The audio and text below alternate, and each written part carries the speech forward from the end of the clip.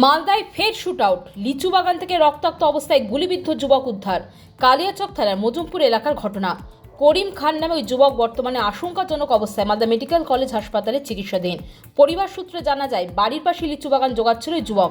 গতকাল রাত 10টা নাগাদ পরিবারের সদস্যরা খবর পান করিম খানকে কেউ বা কারা গুলি করেছে। এরপর পরিবারের সদস্যরা লিচু বাগানে গিয়ে দেখেন রক্তাক্ত অবস্থায় নিচে পড়ে রয়েছে করিম। এরপরই তাকে উদ্ধার করে মালদা মেডিকেল কলেজ হাসপাতালে নিয়ে আসা হয়। তবে কে বা কারা করিম শেখকে গুলি করেছে কিছুই বুঝতে পারছেন না পরিবারের সদস্যরা। প্রতিবেশীরা জানাচ্ছেন, কালিয়াচকের মজুমপুর কয়েক মাস ধরে শান্ত ছিল, কিন্তু নতুন করে আবার উত্তপ্ত হতে শুরু করেছে। শুনলে কি আমরা শুনে গেলাম, কি হলো ওঠে না হলো, আমলে চুথা আমাদের জবাইতে গেছিল ওয়াই।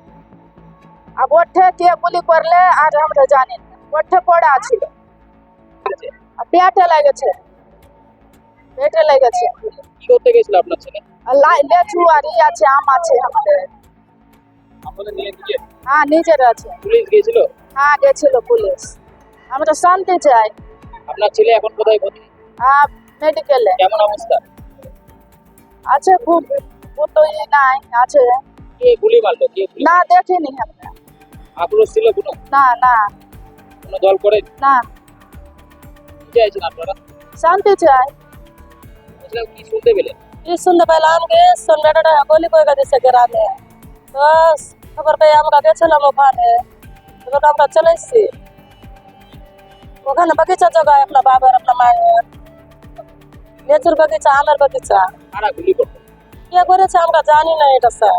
আপনাদের এলাকায় কি এরকম বরাবর ছিল না শান্ত? হ্যাঁ আগে শান্তি ছিল, এখন ফের এমনি হয়েছে। কে করেছে এটা জানি না স্যার। আপনি আবার উত্তপ্ত হয়ে?